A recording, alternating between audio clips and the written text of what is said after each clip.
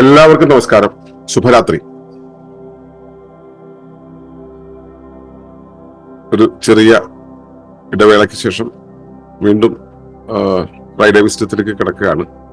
കഴിഞ്ഞ ആഴ്ചകളിലൊക്കെ നമ്മൾ ചില ക്യാമ്പുകളുടെ തിരക്കിലായതുകൊണ്ട് അവിടെ മറ്റൊരു സ്റ്റേറ്റിലായതുകൊണ്ട് തന്നെ കുറച്ച് ടൈറ്റ് സ്കെഡ്യൂൾസ് ആയിരുന്നു. അതുകൊണ്ട് പരിപാടി നടത്താൻ കഴിയില്ല എന്നുള്ളത് കൊണ്ടാണ് മാറ്റിവെച്ചത്. അപ്പോ ഇവിടെ നമ്മൾ ഇന്ന് അവതരിപ്പിക്കുന്ന വിഷയം എന്ന് പറയുന്നത്, നിങ്ങൾ പുണ്യങ്ങൾ ചെയ്യുന്ന ആളാണോ എന്നാണ് ചോദ്യം. പുണ്യം ചെയ്യണം എന്ന് എല്ലാവർക്കും അറിയാം. പുണ്യങ്ങൾ ചെയ്തു കഴിഞ്ഞാലാണ് മോക്ഷം ഉണ്ടാവുക എന്ന് പറയുന്നു. അപ്പോ പുണ്യം അല്ലാത്തത് എന്താണ്? പാപം. അപ്പോൾ പാപവും പുണ്യവും എന്നുള്ള ആ ഒരു ചിന്ത, അല്ലെങ്കിൽ ഒരു വിശകലനം, അല്ലെങ്കിൽ അതിനെക്കുറിച്ചുള്ള ഒരു വേർതിരിച്ചുള്ള ഒരു കാഴ്ച നമുക്ക് പൊതുവിലുണ്ട്. അത് പൊതുവിൽ മതങ്ങളാണ് അത് പഠിപ്പിച്ചു തരുന്നത്, ധർമ്മശാസ്ത്രങ്ങളാണ് നമ്മളെ അത് പഠിപ്പിച്ചു തരുന്നത്. ഓരോരുത്തരും ഓരോ കാര്യങ്ങളെ പാപമെന്നും പുണ്യമെന്നും മനസ്സിലാക്കുന്നുണ്ട്. പുണ്യം ചെയ്യുക എന്നുള്ളതിന്റെ ലക്ഷ്യം ഓരോരുത്തർക്കും വ്യത്യസ്തമാണ്. ഈ പുനർജന്മത്തെ വിശ്വസിക്കുന്ന ആളുകളെ സംബന്ധിച്ചോളം പാപങ്ങൾ ചെയ്യുമ്പോൾ ആ പാപങ്ങളുടെ നിവർത്തിക്കായിട്ട് ആവർത്തിച്ച് ജന്മങ്ങൾ കൈക്കൊള്ളേണ്ടി വരുമെന്ന് വിശ്വസിക്കുന്നുണ്ട്. അപ്പോ ഈ പാപവും പുണ്യവും മതത്തിനും കാഴ്ചപ്പാടിനും അനുസരിച്ച് മാറിക്കൊണ്ടിരിക്കുന്നുണ്ട് എന്നുള്ളത് നമുക്കറിയാം. ചില മതങ്ങൾ ചെയ്യുന്ന പ്രവൃത്തികള് പുണ്യങ്ങളാവുമ്പോൾ മറ്റു മതത്തിന്റെ കാഴ്ചയിൽ അത് പാപമാണ്. അപ്പൊ ഇത് വ്യക്തിനിഷ്ഠമായ കാഴ്ചയാണ്, അല്ലെങ്കിൽ ഓരോ വീക്ഷണകോണത്തിനനുസരിച്ചുള്ള വ്യത്യാസങ്ങളുണ്ട് അതിനകത്ത്. പക്ഷെ പാപവും പുണ്യവും എന്ന് പറയുന്ന പദങ്ങൾ യഥാർത്ഥത്തിൽ എന്തിനെയാണ് സൂചിപ്പിക്കുന്നത് എന്ന് നോക്കുമ്പോൾ നമുക്ക് ഏറ്റവും ചുരുക്കി പറയാവുന്നത് ധർമ്മ ലംഘനമാണ് പാപം. അപ്പൊ സ്വാഭാവികമായിട്ടും ധർമ്മ പൂരണമാണ് പുണ്യം. ധർമ്മം എന്ന് പറയുന്നത് ആർക്ക് എങ്ങനെ മനസ്സിലാകും എന്നൊരു കാര്യമുണ്ട്. ധർമ്മം എന്ന് പറയുന്നതിനെ ഓരോരുത്തർക്കും മനസ്സിലാകുന്നത് അവരവർ പഠിച്ച പുസ്തകങ്ങൾ വഴി, അവരവർ പഠിച്ച മതങ്ങൾ വഴി ഒക്കെയാണ്. അപ്പോൾ ധർമ്മ ഗ്രന്ഥങ്ങളെല്ലാം തന്നെ ഓരോ കാഴ്ചപ്പാടുകൾക്കനുസരിച്ച് ഉണ്ടായിട്ടുള്ളതാണ്. പ്രദേശങ്ങൾക്കനുസരിച്ച്, കാഴ്ചപ്പാടുകൾക്കനുസരിച്ച്, സംസ്കാരങ്ങൾക്കനുസരിച്ച് ഉണ്ടായിട്ടുള്ളതാണ്. അപ്പോ ഇതില് നമ്മൾ എവിടെയാണ് നിന്ന് ശ്രദ്ധിക്കേണ്ടത്? ഇതിനെ പ്രത്യേകിച്ചും സുസ്ഥിര ജീവന സമൂഹം എന്ന ഒരു ലേബലിൽ നിന്നുകൊണ്ട് പ്രകൃതിയാണ് സർവ്വതിന്റെയും ആധാരം എന്ന് മനസ്സിലാക്കി പ്രകൃതി കേന്ദ്രിതമായി നമ്മൾ ജീവിതത്തെ കാണുന്ന സമയത്ത് ഒരു സുസ്ഥിര ജീവന പദ്ധതിയെക്കുറിച്ച് ആലോചിക്കുന്ന സമയത്ത് നമുക്ക് കേവലം ഏതെങ്കിലും ഒരു മതം പറയുന്നത് കേട്ടിട്ട് ഇതിനെ വിലയിരുത്തുക സാധ്യമല്ല. അപ്പോ അതിനെ സമഗ്രമായ, സമ്പൂർണമായ ഒരു അർത്ഥത്തിൽ ഇതിനെ ബോധ്യപ്പെടേണ്ടതുണ്ട്. ആ ബോധ്യത്തെ നമ്മൾ ഡീപ് ഇക്കോളജിയുടെ, ഇക്കോസഫിയുടെ, ഇക്കോ സ്പിരിച്വാലിറ്റിയുടെ ഒരു പ്ലാറ്റ്ഫോമിൽ നിന്ന് നോക്കുമ്പോൾ എന്താണ് എന്നുള്ളതാണ് ഇന്നത്തെ പ്രമേയം. അപ്പോ ഞാൻ ആദ്യമേ പറഞ്ഞു, പുണ്യം എന്ന് പറയുന്നത് ധർമ്മ നിർവഹണമാണ്, പാപം എന്ന് പറയുന്നത് ധർമ്മ ലംഘനമാണ്. അപ്പോ എന്താണ് ധർമ്മം എന്നത് നമ്മൾ ആദ്യമേ നിർവചിക്കേണ്ടിയിരിക്കുന്നു. ധർമ്മം എന്നത് ഏതൊരു സത്തയും എന്തിനായി ഉരുവാക്കപ്പെട്ടിരിക്കുന്നുവോ അത് ചെയ്യുക എന്നുള്ളതാണ്. അപ്പോ എന്തിനായി ഉരുവാക്കപ്പെടുന്നു എന്നൊക്കെ പറയുന്ന സമയത്ത് സ്വാഭാവികമായിട്ടും ഈ ഉരുവാക്കലിന്റെ ഘടനയെക്കുറിച്ച് നമ്മളൊന്ന് അറിയേണ്ടതുണ്ട്. പ്രകൃതി തത്വശാസ്ത്രം അനുസരിച്ചുള്ള ഒരു വ്യാഖ്യാനമാണ് ഇവിടെ നിന്നും ലഭിക്കുക എന്ന് നിങ്ങൾക്ക് ഏവർക്കും അറിയാം. അപ്പോ ഉരുവാക്കലിന്റെ പുറകിലെ തത്വങ്ങൾ എന്തൊക്കെയാണ് എന്ന് നമ്മൾ ആദ്യം ഒന്ന് പരിശോധിക്കേണ്ടതുണ്ട്. അപ്പോ പ്രകൃതിയുടെ, പ്രപഞ്ചത്തിന്റെ ഘടനയെക്കുറിച്ച് കൂടെ നമ്മൾ ആദ്യമേ പറയേണ്ടിയിരിക്കുന്നു. ഇതൊരു സ്റ്റാൻഡ് അലോൺ പ്രോഗ്രാം ആയതുകൊണ്ട്, അല്ലെങ്കിൽ നമ്മളൊരു കണ്ടിന്യൂയിങ് പ്രോഗ്രാം ആണെങ്കിൽ നിങ്ങൾ ഇവിടെ ഇരിക്കുന്ന ഭൂരിഭാഗം പേർക്കും അറിയാം ഈ പ്രകൃതിയുടെ ഘടന എങ്ങനെയാണ്, പ്രകൃതിയുടെ ഉരുവാകൽ എങ്ങനെയാണ് എന്നുള്ളതൊക്കെ. എങ്കിലും ഇവിടെ ഇതൊരു സ്റ്റാൻഡ് അലോൺ പ്രോഗ്രാം ആയതുകൊണ്ട് തന്നെ നമ്മൾ ഇതിനെ തുടക്കം മുതൽ ഒന്ന് ചെറുതായി സ്പർശിച്ചു പോകാം എന്ന് തോന്നുന്നു. ഇപ്പൊ പ്രകൃതിയുടെ ഘടനയെക്കുറിച്ച് വ്യവസ്ഥാ നിയമം പറയുന്നത്, അല്ലെങ്കിൽ ഡിപിക്കോളജി പറയുന്നത് എന്താണെന്ന് വെച്ചാല്, പ്രകൃതി അല്ലെങ്കിൽ പ്രപഞ്ചം കൂടുകൾക്കകത്ത് കൂടുകളായി നിലനിൽക്കുന്നു എന്നുള്ളതാണ്. നമ്മളിപ്പോ ജീവിതത്തിന്റെ ലോകത്തെ, അല്ലെങ്കിൽ നമ്മുടെ ശരീരത്തെ, അല്ലെങ്കിൽ ഒരു കോശത്തെ എടുത്തു കഴിഞ്ഞാൽ അതൊരു വ്യവസ്ഥയാണെന്ന് നമുക്ക് മനസ്സിലാക്കാൻ പറ്റും. ഒരു വ്യവസ്ഥ എന്ന് വെച്ചാൽ അതൊരു വസ്തു മാത്രമല്ല. കേവലം ഒരു വസ്തു മാത്രമാണെങ്കിൽ അതിനെ നമുക്ക് ഒരു സത്ത എന്ന് മാത്രം പേരിട്ട് വിളിച്ചാൽ മതി, അല്ലെങ്കിൽ ഒരു വസ്തു എന്ന് മാത്രം വിളിച്ചാൽ മതി. അതിന്റെ ഭൗതിക രൂപം മാത്രമാണെങ്കിൽ. ഭൗതിക രൂപം മാത്രമാണ് അല്ലല്ലോ നമ്മള്. അപ്പൊ ഞാനെന്ന് പറയുന്നത് മരിച്ചു കഴിയുമ്പോ എന്റെ ശവശരീരം എന്നാണ് പറയുക. അപ്പോഴാണത് കേവലം ഒരു വസ്തുവായി നമ്മുടെ സംസ്കാരം അല്ലെങ്കിൽ മനുഷ്യകുലം അതിനെ പരിഗണിക്കുന്നത്. അതുവരെ അതൊരു വ്യക്തിയാണ്. അപ്പോ ഈ ശരീരം എന്നുള്ളതിൽ നിന്നും വ്യക്തിത്വത്തിലേക്ക് നമ്മളെ പകർച്ച ചെയ്യുന്നത് എന്താണ്, അല്ലെങ്കിൽ നമ്മളെ രൂപീകരിക്കുന്നത് എന്താണ്, നമ്മളെ മാനിഫെസ്റ്റ് ചെയ്യിക്കുന്നത് എന്താണ്? ജീവനാണ്. ശവശരീരം, ജീവശരീരം. അപ്പോ ജീവശരീരം എന്ന് പറയുന്നതിലെ ജീവൻ സ്വയം പ്രവർത്തിക്കുന്ന ഒന്നാണ്. ഈ സ്വയം പ്രവർത്തിക്കുന്ന ശരീരവും മരിച്ച ശരീരവും തമ്മിലുള്ള വ്യത്യാസം എന്താണ്? സ്വയം പ്രവർത്തിക്കുന്ന ശരീരത്തിലെ എല്ലാ ഘടകങ്ങളും തമ്മിൽ പരസ്പരം ഒരു പ്രത്യേക രീതിയിൽ ബന്ധപ്പെട്ടു നിൽക്കുന്നു. പരസ്പരം ഒരു കൊടുക്കൽ വാങ്ങലുകൾ നടത്തിക്കൊണ്ടിരിക്കുന്നുണ്ട്. ആ കൊടുക്കൽ വാങ്ങലുകൾ നടത്തിക്കൊണ്ട് അത് ഒറ്റ സത്തയായി നിൽക്കുന്ന അവസ്ഥയെ, സമഗ്രമായി നിൽക്കുന്ന അവസ്ഥയെ നമ്മൾ ഘടനാസമഗ്രത എന്നാണ് പറയുക. സ്ട്രക്ചറൽ ഇന്റഗ്രിറ്റി എന്ന് പറയും. അങ്ങനെ സ്ട്രക്ചറലി ഇന്റഗ്രേറ്റഡ് ആയിട്ട് നിൽക്കുന്ന ഒരു ശരീരം. ഇനി മറ്റൊരു കോണ്ടെക്സ്റ്റിൽ എന്താണെന്ന് വെച്ച് കഴിഞ്ഞാൽ ശവശരീരം.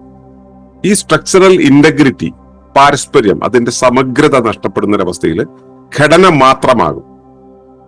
ഘടന മാത്രമാകുമ്പോൾ അതിനെ കൂട്ടിപ്പിടിച്ച് നിർത്താനുള്ള ശേഷി അതിന് നഷ്ടമാകുന്നു. കൂട്ടിപ്പിടിച്ചിരുന്നു എന്നുള്ളത് കൊണ്ട് അപ്പോൾ അതങ്ങനെ ഇരിക്കുന്നു.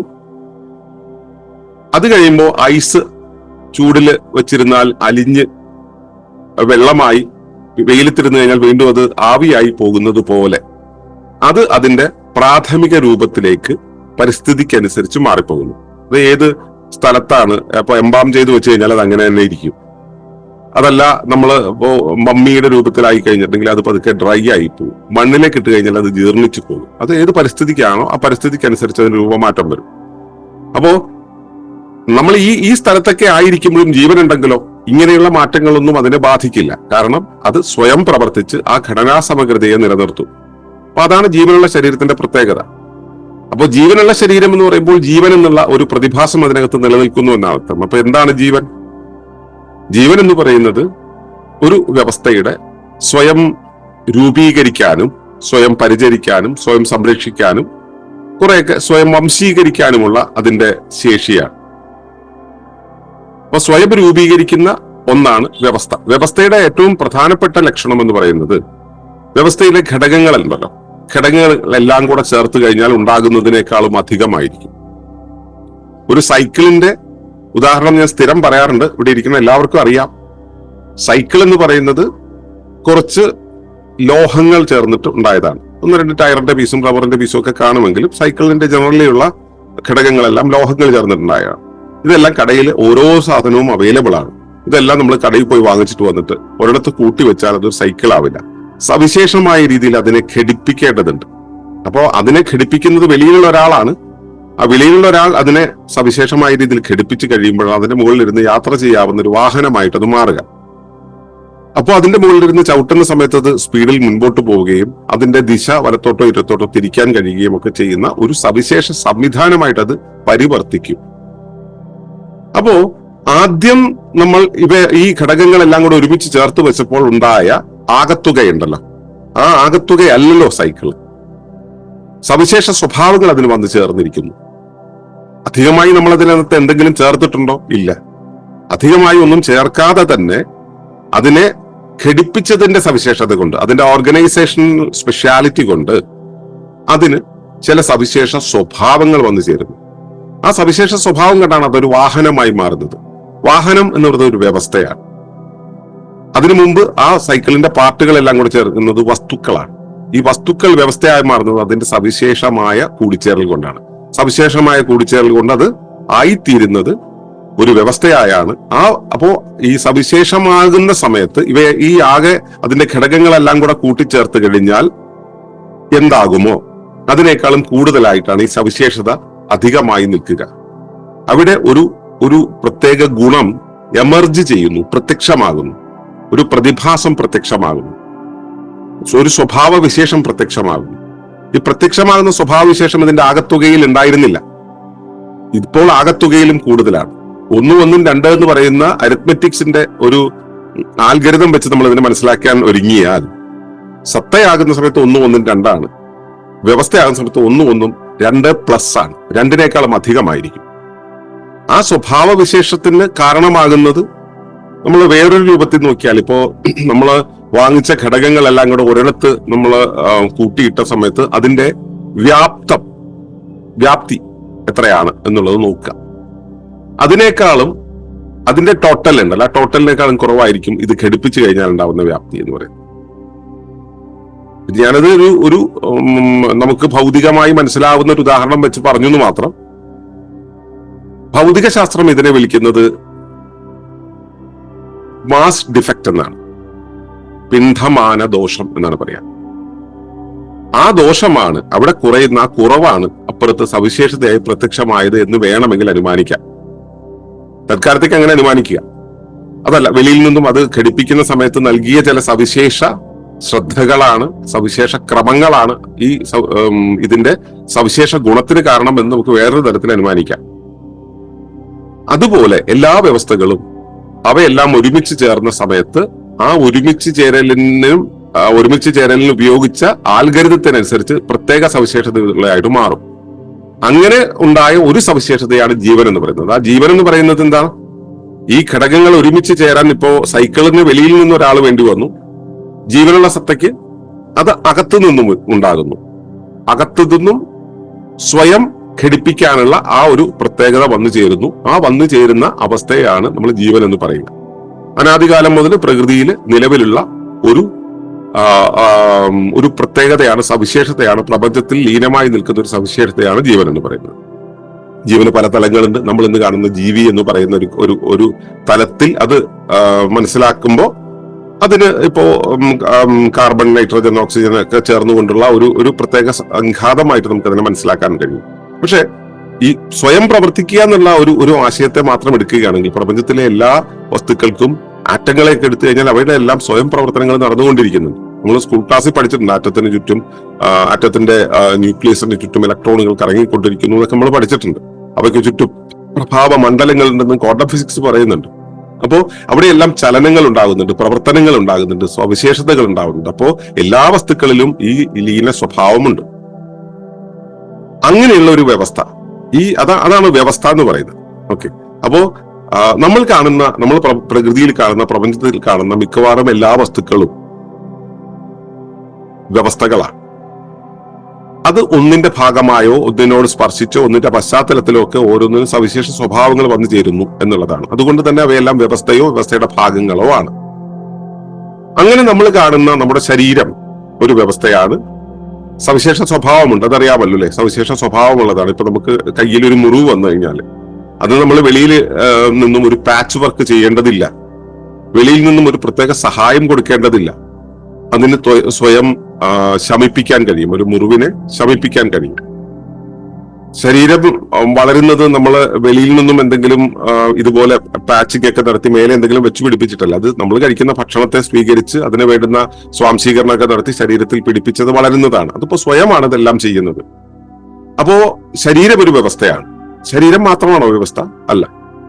ഭൂമി ഒരു വ്യവസ്ഥയാണ്, പ്രകൃതി ഒരു വ്യവസ്ഥയാണ്, പ്രപഞ്ചം ഒരു വ്യവസ്ഥയാണ്, കോശങ്ങൾ വ്യവസ്ഥകളാണ്, കലകൾ വ്യവസ്ഥകളാണ്, ഇതൊക്കെ വ്യവസ്ഥകളാണ്. പക്ഷെ ഇവ തമ്മിലുള്ള ബന്ധം എന്താണ്? വ്യവസ്ഥകൾക്ക് ഒരു പൊതു നിയമമുണ്ട്. വ്യവസ്ഥകൾക്ക് പ്രധാനപ്പെട്ട 6 നിയമങ്ങളുടെ അതിലൊരു പൊതു നിയമമാണ് ഇത് കൂടുകൾക്കകത്ത് കൂടുകളായി നിലനിൽക്കുന്നു എന്ന്. പല നിയമങ്ങളുണ്ട്, അതൊക്കെ നമുക്ക് പിന്നീട് ഒരു കോണ്ടെക്സ്റ്റിൽ സംസാരിക്കാം. അപ്പൊ ഇപ്പോഴത്തെ അവസ്ഥയിൽ നമുക്ക് മനസ്സിലാകേണ്ടത് കൂടുകൾക്കകത്ത് കൂടുകളായി നിലനിൽക്കുന്നു എന്നുള്ളതാണ്. കൂടുകൾക്കകത്ത് കൂടുകളായി നിലനിൽക്കുന്ന സമയത്ത് പ്രപഞ്ചം എന്നുള്ള ഒരു വലിയ കൂടിനകത്ത് ഗാലക്സികളാകുന്ന കുറെ കൂടുകളുണ്ട്. നക്ഷത്ര സമൂഹങ്ങളാണ് ഗാലക്സികൾ. അങ്ങനെ മിൽക്കി വേ എന്ന് പറയുന്ന ഒരു ഗാലക്സിക്കകത്ത് സോളാർ സിസ്റ്റം എന്ന് പറയുന്ന ഒരു നക്ഷത്ര സമൂഹമുണ്ട്. ആ സോളാർ സിസ്റ്റം എന്ന് പറയുന്ന ആ നക്ഷത്ര സമൂഹവും ഗാലക്സിയും ഓരോ കൂടുകളാണ്. സോളാർ സിസ്റ്റത്തിനകത്ത്, സോളാർ സിസ്റ്റം എന്ന് പറയുന്ന കൂടിനകത്ത് ഭൂമി എന്നൊരു കൂടുണ്ട്. ഭൂമി എന്ന കൂടിനകത്ത് ജീവരാശി എന്നൊരു കൂടുണ്ട്. ജീവരാശി എന്ന കൂടിനകത്ത് മനുഷ്യരാശി എന്നൊരു കൂടുണ്ട്. മനുഷ്യരാശി എന്ന കൂടിനകത്ത് മനുഷ്യൻ എന്ന കൂടുണ്ട്. ആ ഒരു കൂടാണ് നിങ്ങൾ. നിങ്ങൾ എന്ന കൂടിനകത്ത് നിങ്ങളുടെ അവയവങ്ങളാകുന്ന കൂടുകളുണ്ട്. അവയവങ്ങളാകുന്ന കൂടിനകത്ത് കലകളാകുന്ന കൂടുകളുണ്ട്. കലകളാകുന്ന കൂടിനകത്ത് കോശങ്ങളാകുന്ന കൂടുകളുണ്ട്. കോശങ്ങളാകുന്ന കൂടിനകത്ത് കോശാന്തര ഘടകങ്ങളാകുന്ന കൂടുകളുണ്ട്. പിന്നെ തന്മാത്രകളുണ്ട്. അതിനകത്ത് അണുക്കളുണ്ട്, അല്ലെങ്കിൽ ആറ്റങ്ങളുണ്ട്.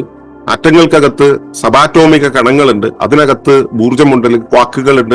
ഈ രീതിയിൽ ഇങ്ങനെ പ്രപഞ്ചം മുതൽ ആദിമൂല വസ്തു വരെ നമ്മൾ പോയി കഴിഞ്ഞാൽ കൂടുകൾക്കകത്ത് കൂടുകളായി നിലനിൽക്കുന്നു എന്ന് കാണാം. ഇത് വ്യവസ്ഥകളുടെ ഒരു പ്രത്യേകതയാണ്. എല്ലാ വ്യവസ്ഥകളും ഇങ്ങനെ ഒരു വലിയ വ്യവസ്ഥയുടെ ഭാഗമായിരിക്കും. എല്ലാ വ്യവസ്ഥകളും, പ്രകൃതിയിലുള്ള എല്ലാ സത്തകളും എല്ലാ സത്തകളും വ്യവസ്ഥകളാണ്. എല്ലാ വ്യവസ്ഥകളും ഒരു വലിയ സത്തയുടെ ഭാഗമായിരിക്കും, ഒരു വലിയ സത്തയ്ക്ക് അകത്തായിരിക്കും ഉണ്ടായിരിക്കുക. അതുപോലെ തന്നെ എല്ലാ സത്തകൾക്കും അതിനകത്ത് കുറെ വ്യവസ്ഥകൾ ഉണ്ടായിരിക്കും. ഞാൻ ഭൗമ വ്യവസ്ഥയുടെ അതിനിടയിലുള്ളതൊക്കെ തൽക്കാലം അവിടെ ഇരിക്കട്ടെ, നമുക്ക് പെട്ടെന്ന് മനസ്സിലാകാൻ വേണ്ടി. ഭൂമി എന്നൊരു വലിയ കൂടിനകത്താണ് ഞാൻ ഇരിക്കുന്നത്. എനിക്കകത്താണ് എന്റെ അവയവങ്ങൾ ഇരിക്കുന്നത്. ഹൃദയം, കരളൊക്കെ ഇരിക്കുന്നത് എന്റെ ശരീരത്തിനകത്താണ്. അപ്പൊ കൂടുകൾക്കകത്ത് കൂടുകളായി നിലനിൽക്കുന്നുണ്ട്. എനിക്ക് ഈ ഹൃദയം എന്ന അവയവം എന്തിനാണ് ഉണ്ടായിട്ടുള്ളത്? എന്റെ ശരീരത്തിലെ രക്തചംക്രമണത്തിന് വേണ്ടിയിട്ടാണ്. രക്തചംക്രമണം വഴിയാണ് എന്നിലേക്ക് വന്നു ചേരുന്ന പോഷണങ്ങൾ എന്റെ ശരീരത്തിന്റെ വിവിധ ഭാഗങ്ങളിലേക്ക് ചെന്നെത്തുന്നത്, അല്ലെ? അപ്പോ ഈ രക്തത്തെ ശരീരത്തിന്റെ എല്ലാ ഭാഗത്തിലും എത്തിക്കാൻ വേണ്ടിയിട്ടാണ് ഹൃദയം ഉണ്ടായിട്ടുള്ളത്.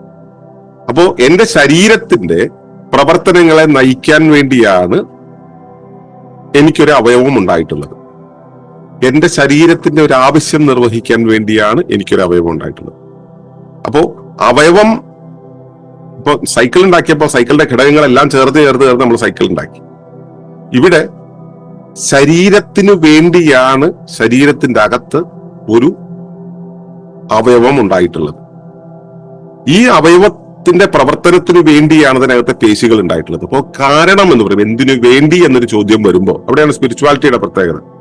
എന്ത്, എപ്പോൾ, എവിടെ എന്നുള്ളത് പറയുന്നതാണ് ഭൗതിക സമീപനമെങ്കിൽ ആത്മീയ സമീപനം പറയുന്നത് എന്തുകൊണ്ട്, എവിടേക്ക്, എങ്ങനെ.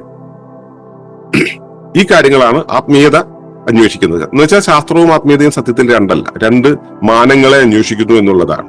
ഒരേ കാര്യത്തെക്കുറിച്ച് തന്നെയാണ് രണ്ടും പോകുന്നത്. നമ്മൾക്ക് അറിയുന്ന ശാസ്ത്രം എന്ന് പറയുന്നത്, നമ്മൾ ശാസ്ത്രം എന്ന് സാധാരണ രീതിയിൽ വിളിക്കുന്നത് സാങ്കേതിക ശാസ്ത്രത്തെയാണ്. അതിനെയാണ് ശാസ്ത്രം നമ്മൾ തെറ്റിദ്ധരിച്ചു പോരുന്നത്. ശാസ്ത്രം എന്ന് പറയുന്നതല്ല.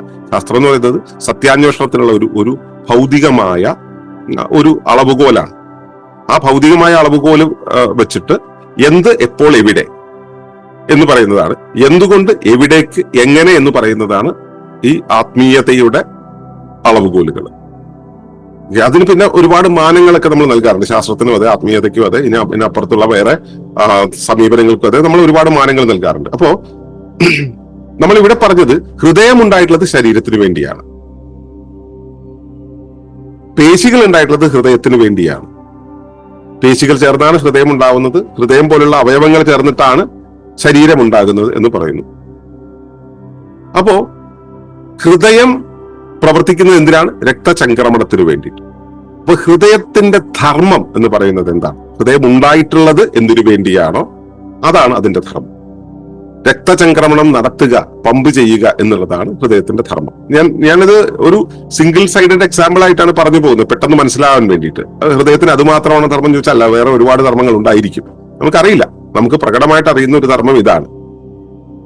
അപ്പോ ആ പ്രകടധർമ്മത്തിനനുസരിച്ച് അല്ലെങ്കിൽ പ്രകടമായിട്ടുള്ള അതിന്റെ ഉത്തരവാദിത്തം എന്താണോ അതിനെയാണ് നമ്മൾ ധർമ്മം എന്ന് പറയാം. ഈ ധർമ്മം ആർക്ക് വേണ്ടിയാണ് നിർവഹിക്കുന്നത്? ഹൃദയത്തിന് വേണ്ടിയാണോ? ഹൃദയത്തിന്റെ ഉത്തരവാദിത്തമാണ് പമ്പ് ചെയ്യുക എന്നുള്ളത്. പക്ഷെ എന്തിനു വേണ്ടിയാണ് പമ്പിങ് നടത്തുന്നത്? അത് ശരീരത്തിന്റെ എല്ലാ ഘടകഭാഗങ്ങളും തമ്മിൽ അതിന്റെ പോഷക ഘടകങ്ങളുടെ ട്രാൻസാക്ഷൻ നടത്താൻ വേണ്ടിയാണ്. അപ്പോ ഈ ട്രാൻസാക്ഷൻ നടത്താൻ വേണ്ടി ഉള്ള ഈ ഒരു പ്രക്രിയ ഹൃദയത്തിൽ അർപ്പിച്ചിരിക്കുകയാണ്, ഹൃദയത്തെ നിയോഗിച്ചിരിക്കുകയാണ് ആ ഒരു ഉത്തരവാദിത്വം നിർവഹിക്കാനായിട്ട്. അപ്പോ ഉപരിവ്യവസ്ഥ ഏതാണ്? ഉപരിവ്യവസ്ഥ ഇവിടെ നമ്മൾ ആ കൂടുകൾക്കകത്ത് കൂടുകളായി പറയുന്നതിൽ നമ്മുടെ തൊട്ട് മുകളിലുള്ള വ്യവസ്ഥയെ നമ്മൾ ഉപരിവ്യവസ്ഥ എന്ന് പറയും, തൊട്ട് താഴെയുള്ളതിനെ ഉപവ്യവസ്ഥ എന്ന് പറയും. അപ്പോ ഞാൻ എന്നുള്ള ഒരു ജീവിയെ സംബന്ധിച്ചിടത്തോളം എന്റെ ഉപരിവ്യവസ്ഥ എന്ന് പറയുന്നത് ഭൂമിയാണ്. തൽക്കാലത്തേക്ക് അങ്ങനെ എടുക്കുക കേട്ടോ, അതിനിടയിലൊക്കെ വേറെ കാര്യങ്ങളൊക്കെ ഉണ്ടാവും, നമുക്ക് തൽക്കാലത്തേക്ക് ഭൂമിയിൽ നിന്ന് എടുക്കുക. അപ്പൊ ഭൂമിയാണ് എന്റെ ഉപരിവ്യവസ്ഥ, എന്റെ അവയവങ്ങളാണ് എന്റെ ഉപവ്യവസ്ഥകൾ. അപ്പോ ഉപവ്യവസ്ഥയായ ഹൃദയം അല്ലെങ്കിൽ കരൾ അതിന്റെ ഒരു ഉത്തരവാദിത്വം നിർവഹിക്കാൻ വേണ്ടിയാണ് ഉരുവാക്കപ്പെട്ടിട്ടുള്ളത്.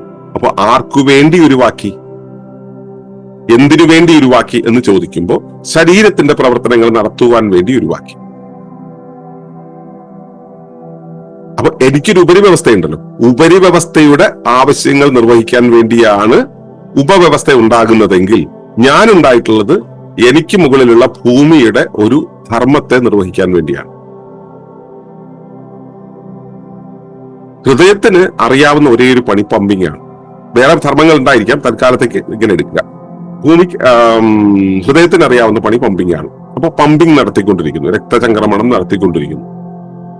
അപ്പോ രക്തചംക്രമണം നടത്തുക എന്നുള്ളത് മാത്രമേ ഹൃദയത്തിന് അറിയൂ.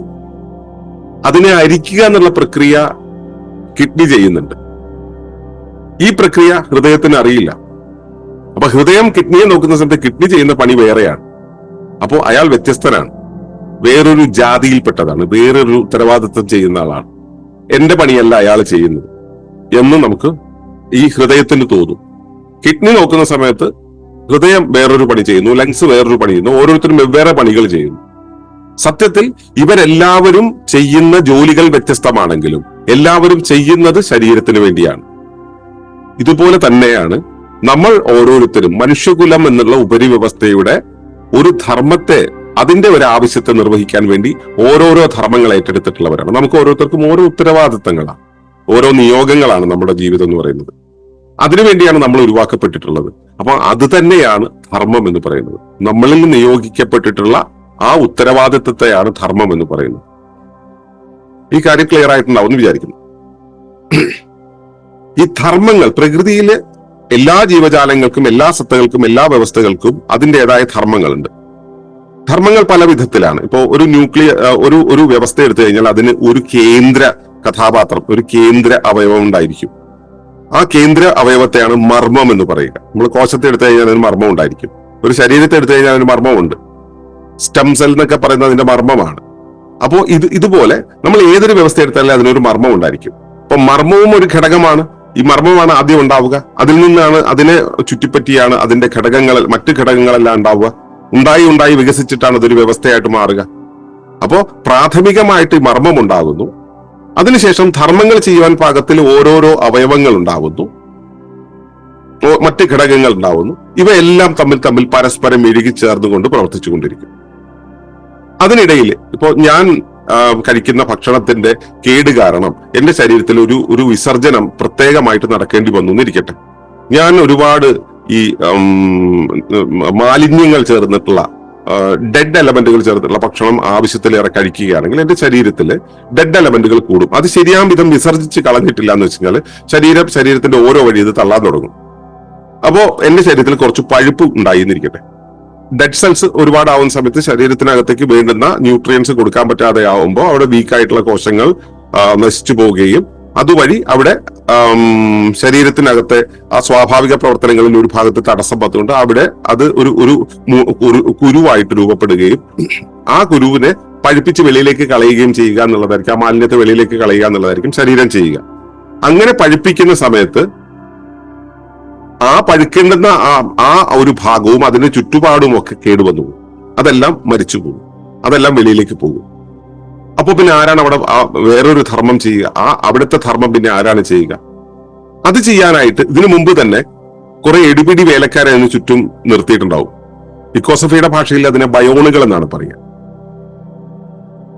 നിഷ്ക്രിയ കോശങ്ങൾ അല്ലെങ്കിൽ അനിയുക്ത കോശങ്ങൾ എന്നൊക്കെ പറയാം.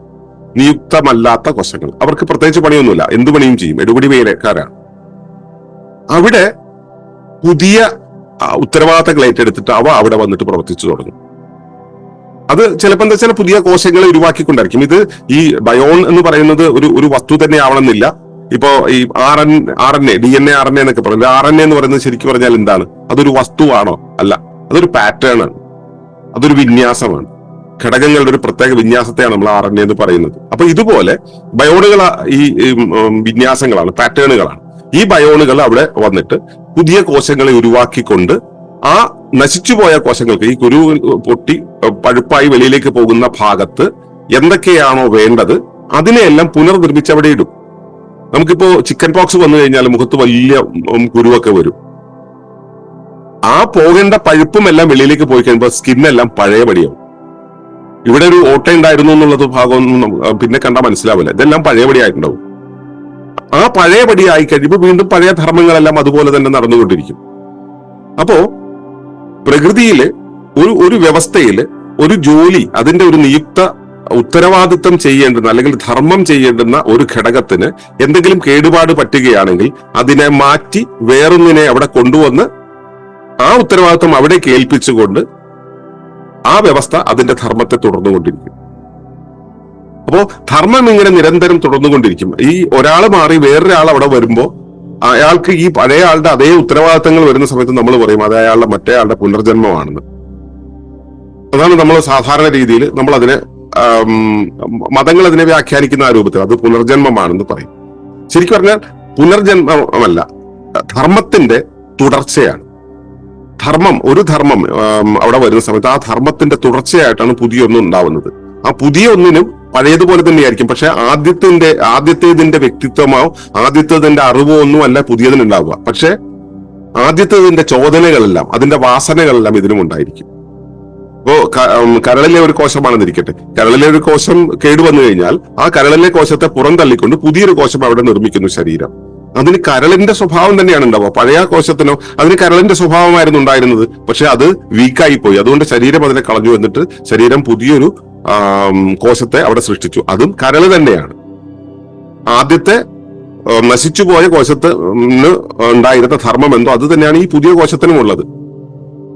അപ്പോ ഇത് സിമിലർ ആയിരിക്കും, ഒരുപോലെ ഉണ്ടാവും, പക്ഷെ രണ്ട് കാലഘട്ടങ്ങൾ ഉണ്ടാവുന്നവരാണ്. ഇതുപോലെ നമ്മുടെ ശരീരത്തിലെ എല്ലാ കോശങ്ങളും ഓരോ കാലത്ത് അതിന്റെ പ്രായമാകുന്ന സമയത്ത് നശിച്ചു പോവുകയും പുതിയവ ഉണ്ടാവുകയും ചെയ്തുകൊണ്ടേയിരിക്കും. ഇതിങ്ങനെ മാറി മാറി തുടർന്നുകൊണ്ടേയിരിക്കുന്നു.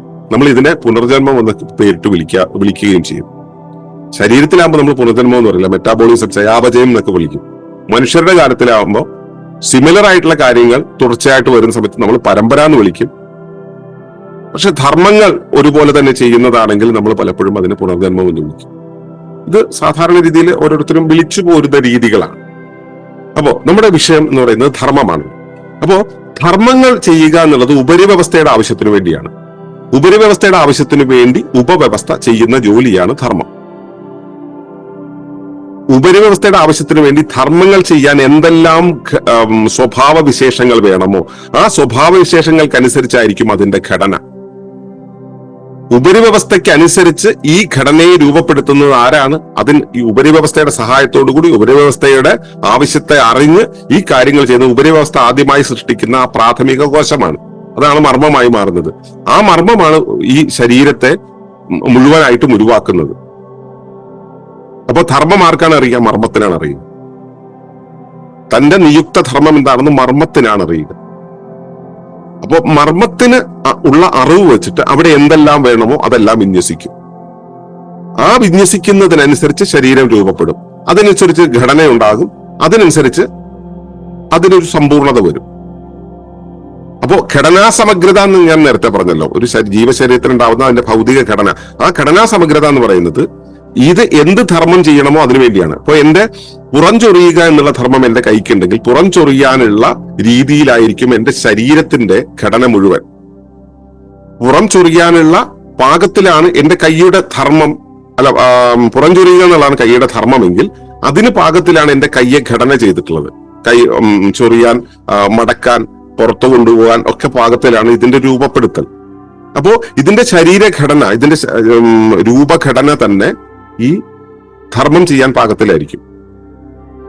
അതിനനുസരിച്ചുള്ള ചോദനകളായിരിക്കും ഉണ്ടാവുക. എനിക്ക് പുറം ചൊറിയുന്ന സമയത്ത് എന്റെ ശരീരം കൈയോട് പറയുന്നു, കൈ മസിലുകളോട് പറയുന്നു, മസിലുകൾ അതിനകത്തുള്ള കലകളോട് പറയുന്നു, കലകൾ കോശത്തോട് പറയുന്നു, വലുതാകട്ടെ ചെറുതാകട്ടെ എന്നൊക്കെ പറയുന്നു. അതിനകത്ത് കുറെ രാസപ്രവർത്തനങ്ങളോ എന്തൊക്കെ ഉണ്ടായിക്കൊണ്ട് ഇത് മൊത്തത്തിൽ തിരിഞ്ഞും മടങ്ങിയും പുറത്തു പോയിട്ട് ചൊറിഞ്ഞിട്ട് തിരിച്ചു വരുന്നു. അപ്പോ ഉപരിവ്യവസ്ഥ ഉപവ്യവസ്ഥയോട് പറയുന്നു, ഉപവ്യവസ്ഥ അതിന്റെ ഉപവ്യവസ്ഥയോട് പറയുന്നു. ഈ പറച്ചിലിന്റെ ഈ ഒരു കമ്മ്യൂണിക്കേഷൻ നടക്കുന്നുണ്ടല്ലോ, ആ കമ്മ്യൂണിക്കേഷൻ നടക്കുന്നതിനനുസരിച്ച് ഉള്ള ഒരു വല്ലാത്ത നെറ്റ്വർക്ക് ഇതിനകത്ത് പ്രവർത്തിക്കുന്നുണ്ട്. ആ നെറ്റ്വർക്കിലൂടെയാണ് ഈ ധർമ്മങ്ങൾ നിർവഹിക്കാൻ പറ്റുന്നത്. അപ്പൊ എന്റെ ശരീരത്തിലെ കോശം, ശരീരത്തിന്റെ കലകൾ, അവയവങ്ങൾ, ശരീരം ഇതെല്ലാം ഏകധാരയിലായിരിക്കുമ്പോഴാണ് ഈ പുറം ചൊറിക്കൽ എന്നുള്ള പ്രക്രിയ ഉണ്ടാവുന്നത്. ഇപ്പൊ പുറത്ത് ചൊറിച്ചിൽ വരുന്നുണ്ടെങ്കിൽ അത് ഞാൻ അറിയുന്നതും ഇതേപോലെയുള്ള ഒരു ക്രമത്തിലാണ്. അപ്പൊ ഇതേപോലെയുള്ള ബഹുക്രമങ്ങൾ ഒരുമിച്ച് ചേർന്നുകൊണ്ടാണ് നമ്മളത് ഒരു കോംപ്ലക്സ് സിസ്റ്റം എന്ന് പറയുക. കോംപ്ലക്സ് സിസ്റ്റത്തിന്റെ ശരിക്കുള്ള പേരെന്ന് പറയുന്നത് എന്താ പറയാ, നമ്മൾ കോംപ്ലക്സിറ്റി എന്ന് സാധാരണ പറയാല്ലേ. കോംപ്ലക്സ് എന്ന് പറയുന്ന സംഭവം യഥാർത്ഥത്തിൽ ബഹുക്രമം ആണ്. ബഹുക്രമം, പല ക്രമങ്ങൾ ഒരുമിച്ച് ചേരുന്നതിനെയാണ് നമ്മൾ കോംപ്ലക്സ് എന്ന് പറയുക. അങ്ങനെ ഈ ബഹുക്രമങ്ങൾ ഒരുമിച്ച് ചേർന്നിട്ടുള്ള ആ ഒരു സംവിധാനത്തിനകത്ത് ഈ വ്യവസ്ഥകൾ തമ്മിൽ വിനിമയം ചെയ്തുകൊണ്ട് പുറം ചൊറിയൽ എന്നുള്ള പ്രക്രിയ നടക്കുന്നു. ചൊറിയുന്നത് എവിടെയാണെന്നുള്ളതും ഇതുപോലെ തന്നെ മറ്റൊരു തരത്തിൽ അറിയുന്നു. അപ്പോ ഉപരിവ്യവസ്ഥയുടെ ആവശ്യത്തിനനുസരിച്ച് ധർമ്മം കൈ നിർവഹിക്കുന്നു, അല്ലെ? എന്റെ ശരീരത്തിന് അനുസരിച്ച് എന്റെ കൈ നിർവഹിക്കുന്നു. കൈക്ക് ഇത് ചെയ്യണം തോന്നുന്നത് എങ്ങനെയാണ്? ഉപരിവ്യവസ്ഥയായ ശരീരം കൈയോട് പറയുന്നു, കയ്യെ നീ ഇത് ചെയ്യൂ. കൈ, അപ്പോ ഇത് ശരീരം പറയുന്നത് ശരീരത്തിന്റെ ഭാഷയിലാണ്. ശരീരത്തിന്റെ ഭാഷയിൽ പറയുന്ന സമയത്ത് കൈക്ക് കൈയുടെ ഭാഷ ഉപയോഗിച്ചിട്ട് അതിനെ സ്വീകരിക്കാൻ പറ്റണം. അപ്പോ എന്റെ ശരീരം എന്റെ അവയവത്തോട് ഒരു ആശയം പറയുന്ന സമയത്ത് എന്റെ കൈക്ക് അത് മനസ്സിലാവണം. അപ്പോ എന്റെ ശരീരം കൈയോട് പറയുന്ന സമയത്ത് അത് ഒരു ഈവന്റ് ആണ്, ഒരു സംഭവമാണ്. ആ സൂചന കൊടുക്കുന്നതിനെയാണ് നമ്മൾ സന്ദർഭം എന്ന് പറയാം, ഇൻസ്റ്റൻസ് എന്ന് പറയാം. ആ ഒരു ഇൻസ്റ്റൻസ് വരുന്ന സമയത്ത് എന്റെ ശരീരം, അല്ലെ എന്റെ ശരീരത്തോട്, ശരീരം നൽകുന്ന സൂചനയോട് എന്റെ കൈ കാണിക്കുന്ന പ്രതികരണം ഉണ്ടല്ലോ, ആ പ്രതികരണം കൊണ്ടാണ് ഈ ചൊറിച്ചിൽ വരെയുള്ള പ്രക്രിയ നടക്കുന്നത്. അപ്പോ ഉപരിവ്യവസ്ഥ നൽകുന്ന സൂചന, ആ സൂചനയെ ശരീരം അല്ലെങ്കിൽ അവയവം എടുക്കുന്നു. അവയവം എടുത്തിട്ട് അകത്തകത്തേക്ക് അങ്ങനെ പോകുന്നു. ആ തിരിച്ച് ശരീരം നൽകുന്ന സൂചന അവയവവും, അവയവം നൽകുന്ന സൂചന കലയും, കല നൽകുന്ന സൂചന കോശവും, കോശം നൽകുന്ന സൂചന കോശാന്തര ഘടകങ്ങളും പാലിക്കുന്നത് കൊണ്ട് ആണ് ഈ പുറം ചൊറിയൽ എന്നുള്ളത് നടക്കുന്നത്. അപ്പോ ഉപരിവ്യവസ്ഥ നൽകുന്ന സൂചനയ്ക്കനുസരിച്ച് ഉപവ്യവസ്ഥ അതിനെ എങ്ങനെ എടുക്കുന്നു എന്നുള്ളതാണ് കാര്യം. ഉപരിവ്യവസ്ഥ ചൊറിച്ചിൽ പറയുന്ന സമയത്ത് എനിക്ക് ഇക്കിളിയാകുന്നു എന്നാണ് ശരീരത്തിന്, എന്റെ കൈക്ക് മനസ്സിലാകുന്നതെങ്കിൽ, ചൊറിച്ചിൽ വരുന്ന സമയത്ത് അത് ശരിയാം വിധം സംവേദനം നടക്കാതെ പോകുന്നുവെങ്കിൽ ഈ കൈക്ക് ഈ പണിയല്ല ചെയ്യാൻ പറ്റുക, അത് വേറെന്തെങ്കിലും കാര്യങ്ങൾ തോന്നും. ഇപ്പോ സൂചന കൃത്യമായിട്ട് ചൊറിയുന്നു എന്നുള്ളൊരു പരം വിശക്കുന്നു എന്നാണെങ്കിൽ ഇയാൾ ഭക്ഷണം എടുത്ത് വായിലിടുകയാണ് ചെയ്യുക. പക്ഷെ അതങ്ങനെയല്ലല്ലോ സംഭവിക്കുക. ചൊറിയുന്ന സമയത്ത് ചൊറിച്ചിൽ വരുന്നു എന്നുള്ളതിനനുസരിച്ച് പോയി ചൊറിയുക എന്നുള്ളതാണ് ചെയ്യുന്നത്. അപ്പോ ഉപവ്യവസ്ഥയും ഉപരിവ്യവസ്ഥയും തമ്മിലുള്ള വിനിമയം കൃത്യമാകുമ്പോൾ മാത്രമേ ധർമ്മം നിർവഹിക്കപ്പെടുകയുള്ളൂ. ഉപരിവ്യവസ്ഥയുടെ ആവശ്യത്തിനനുസരിച്ച് ഉപവ്യവസ്ഥ ചെയ്യുന്നത് ആണ് ധർമ്മം. ആ ധർമ്മം നിർവഹിക്കണമെങ്കിൽ വിനിമയം കൃത്യമായിരിക്കണം. ഉപവ്യവസ്ഥയും ഉപരിവ്യവസ്ഥയും തമ്മിലുള്ള വിനിമയം കൃത്യമായിരിക്കണം. ഉപരിവ്യവസ്ഥയ്ക്കനുസരിച്ച് ഉപവ്യവസ്ഥ പ്രവർത്തിക്കണം. ഉപവ്യവസ്ഥയ്ക്കനുസരിച്ച് അതിന്റെ ഉപവ്യവസ്ഥ പ്രവർത്തിക്കണം. അങ്ങനെ ഇതൊരു ഒരു ക്രമത്തിൽ, ഒരു ജാലികയായിട്ട്, ഒരു നെറ്റ്വർക്കായിട്ട് ഇത് പ്രവർത്തിക്കണം. ഇത് ഏകധാരയല്ല, ബഹുക്രമങ്ങളാണെന്ന് മനസ്സിലാക്കുക. കാരണം പുറം ചൊറിയുക എന്നുള്ളത് പുറത്താണ് നടക്കുന്നത്, കൈ എന്ന് പറയുന്നത് വേറൊരിടത്താണ് ഇരിക്കുന്നത്. വിശക്കുന്നു, ഭക്ഷണം അവിടെ ഉണ്ടെന്ന് വെച്ചാൽ ഭക്ഷണത്തിന്റെ അടുത്തേക്ക് എന്റെ ശരീരത്തെ എത്തിക്കുന്നത് കാലുകളാണ്. ഇവയെല്ലാം വെവ്വേറെ സംവിധാനങ്ങളാണ്. ഈ വെവ്വേറെ സംവിധാനങ്ങൾ ഒരിടത്ത് പ്രവർത്തിക്കുന്നതുകൊണ്ടാണ് നമ്മൾ ഇതിനെ വ്യവസ്ഥ എന്ന് വിളിക്കുന്നത്. അപ്പോ ഒരു വ്യവസ്ഥ എന്ന രീതിയിൽ നമ്മൾ ഇതിനെ സമീപിക്കുന്ന സമയത്ത് ഇവയെല്ലാം തമ്മിൽ ബഹുക്രമങ്ങളിൽ ഒരുമിച്ച് ചേർന്ന് നിന്നുകൊണ്ട് ഈ ഒരു പ്രക്രിയയെ നിർദ്ധാരണം ചെയ്യുന്ന സമയത്ത് ധർമ്മ നിർവഹണം നടത്തും. ഇപ്പൊ ധർമ്മം എന്ന് പറയുന്നത് ഉപരിവ്യവസ്ഥയുടെ ആവശ്യമാണ്. ഉപരിവ്യവസ്ഥയുടെ ആവശ്യത്തിനനുസരിച്ച് ഉപവ്യവസ്ഥയുടെ പ്രവർത്തനങ്ങൾ ചെയ്യുക എന്നുള്ളതാണ് ഉത്തരവാദിത്തം. അത് എങ്ങനെ ചെയ്യണം? ഇപ്പൊ ഞാൻ പുറം ചൊറിയുക എന്നുള്ള സംഭവം എനിക്ക് ഉണ്ടാവുന്ന സമയത്ത് എനിക്ക് ഇങ്ങനെ കൊണ്ടുപോയി കൈകൊണ്ട് മാന്താം. അതിന് പകരം ഞാനൊരു പെൻസിൽ എടുത്തുകൊണ്ട് ഇങ്ങനെ ചൊറിയാം. അതല്ലെങ്കിൽ ഞാൻ ഇരിക്കുന്ന ഒരാളോട് മറ്റേ പപ്പേട്ട എന്റെ പുറം ഒന്ന് ചൊറിച്ചു തരൂ എന്ന് പറയാം. ഇങ്ങനെയൊക്കെ എനിക്ക് ഈ കാര്യത്തെ നിർവഹിക്കാം. അപ്പോ എന്റെ ഒരു ആവശ്യത്തെ ഞാൻ മനസ്സിലാക്കിയിട്ട് അത് നടപ്പിലാക്കാൻ എന്റെ ഏത് അവയവത്തെ വേണമെങ്കിലും എനിക്ക് ഉപയോഗിക്കാം. എങ്ങനെ വേണമെങ്കിലും അത് ചെയ്യാം. ഒരു മരത്തോട് ചേർന്ന് ഇങ്ങനെ ശരീരം അനക്കി കഴിഞ്ഞാൽ ഈ ചൊറിച്ചിൽ മാറ്റാൻ പറ്റും. അപ്പോ ഞാൻ എന്റെ ശരീരത്തിന് ആവശ്യമുള്ള ഒരു പ്രവർത്തനം നടത്താൻ, ധർമ്മം ചെയ്യാൻ എന്തു ചെയ്യണം എന്ന് ഒരു വിശകലനം നടത്തേണ്ടി വരും. ഇവിടെ അവൈലബിൾ റിസോഴ്സസ് എന്തൊക്കെയാണ് നമുക്കുള്ള ഫെസിലിറ്റി എന്തൊക്കെയാണ്, ഫാക്കൽറ്റീസ് നമ്മുടെ ആ ശേഷികൾ എന്തൊക്കെയാണ് എന്ന് തുടങ്ങി കുറേയേറെ കാര്യങ്ങൾ നമുക്ക് അവിടെ മനസ്സിലാവുന്നുണ്ട്. അപ്പൊ ഇവയെല്ലാം കൂടെ ചേർത്ത് ഇണക്കിയാണ് നമ്മൾ ഈ ചൊറിച്ചിൽ എന്നുള്ള പ്രക്രിയ ചെയ്യുന്നത്, അല്ലെ? അപ്പൊ ഈ ചേർത്ത് ഇണക്കാൻ വേണ്ടി അവിടെ ഒരു ആസൂത്രണം ഉണ്ടാകുന്നുണ്ട്. ഈ ആസൂത്രണ സംവിധാനത്തെയാണ് നമ്മൾ മനസ്സ് എന്ന് സാധാരണ പറയുക. അപ്പോ ഉപരിവ്യവസ്ഥയുടെ ആവശ്യങ്ങളാണ് ധർമ്മങ്ങൾ. ഉപരിവ്യവസ്ഥയുടെ ആവശ്യങ്ങൾക്കായിട്ട് നമ്മളെ നിയോഗിച്ചിരിക്കുന്നു. ആ നിയോഗത്തിനനുസരിച്ച് ചെയ്യേണ്ടുന്ന ഉത്തരവാദിത്തമാണ് ധർമ്മം. ആ ധർമ്മം നടപ്പിലാക്കാൻ വേണ്ടിയുള്ള ആസൂത്രണമാണ് മനസ്സ്. ഈ മനസ്സ് പാകപ്പെടുത്തിയതിനു ശേഷം നമ്മൾ ചെയ്യുന്ന ഈ ധർമ്മം നടപ്പിലാക്കാൻ വേണ്ടി നമ്മൾ ചെയ്യുന്ന ഒരു പ്രവർത്തനമുണ്ടല്ലോ, ആ പ്രവർത്തനത്തെയാണ് നമ്മൾ കർമ്മം എന്ന് പറയുക. ധർമ്മത്തെ കർമ്മമാക്കി മാറ്റുന്ന പ്രക്രിയ എന്താണ്, അതിനുവേണ്ടിയുള്ള ആസൂത്രണ പരിപാടികൾ എന്താണ്, ഇതിനെയാണ് മനസ്സെന്ന് പറയുക. അപ്പോ ഉപരിവ്യവസ്ഥ, ഉപവ്യവസ്ഥ, ഉത്തരവാദിത്തങ്ങള്, ധർമ്മം, മനസ്സ്, കർമ്മം എന്നീ കാര്യങ്ങൾ മനസ്സിലായിട്ടുണ്ടാവുന്നതാണ് എന്റെ ധാരണ. അതിനനുസരിച്ചാണ് ബാക്കി ഇനി പറയുന്നത്. അപ്പോ ഈ ഉപരിവ്യവസ്ഥയുടെ ആവശ്യത്തിനനുസരിച്ച് ധർമ്മങ്ങൾ ചെയ്യുന്നു. ധർമ്മം ചെയ്യാനായിട്ട് എന്ത് വിശകലനമാണോ നടത്തുന്നത്, ആ വിശകലനം നടത്തുന്ന ആളുടെ പേരാണ് മനസ്സ്. മനസ്സ് എന്ന് പറയുന്നത് പല കാര്യങ്ങൾ ഉപയോഗിച്ചുകൊണ്ട് പ്രവർത്തിക്കുന്നതാണ്. ഒന്ന്, എന്താണോ ഇന്ദ്രിയങ്ങൾ വഴി. ഇപ്പൊ നമ്മുടെ ശരീരത്തെ വെച്ചുകൊണ്ട് നമുക്ക് പറയാം, പെട്ടെന്ന് മനസ്സിലാകാൻ വേണ്ടി. ഈ മനസ്സെന്ന് പറയുന്നത് ശരീരത്തിനുണ്ട്, കോശത്തിനുണ്ട്, ഭൂമിക്കുണ്ട്, പ്രപഞ്ചത്തിനുണ്ട്, എല്ലാത്തിനും മനസ്സുണ്ട്. ഈ ആസൂത്രണ സംവിധാനമാണല്ലോ മനസ്സ്. അപ്പൊ ഇതിനെല്ലായിടത്തും മനസ്സുകളുണ്ട്. അപ്പൊ ഈ മനസ്സെന്ന് പറയുന്നത് ഇങ്ങനെയാണ് പ്രവർത്തിക്കുക.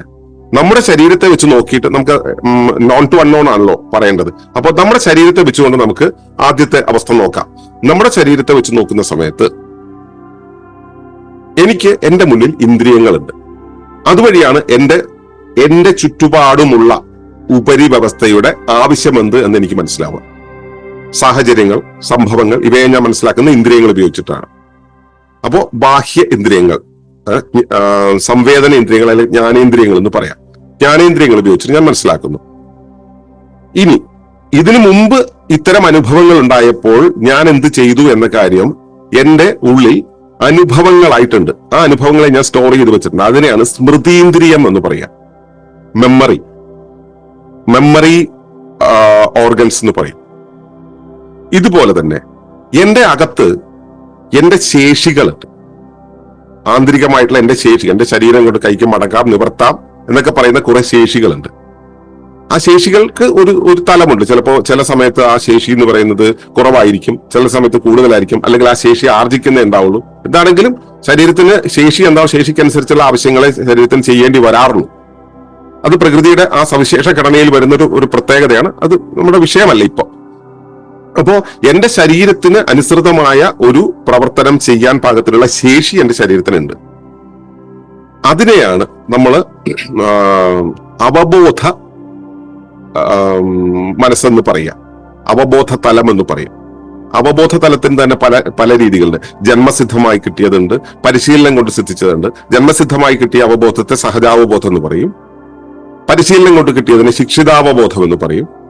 അപ്പോ ശിക്ഷിതാവബോധം കൊണ്ട് ഉണ്ടാക്കിയെടുത്തിട്ടുള്ള, അപ്പോ പുറം ചൊറിയുക എന്നുള്ളതിന് ഇപ്പൊ ഒരു കൊച്ചുകുട്ടിക്ക് പുറം ചൊറിച്ചാൽ കിടന്ന് കരയും. ആ കരച്ചിൽ മാത്രമാണ് അതിന് പ്രകടിപ്പിക്കാൻ പറ്റുന്നത്.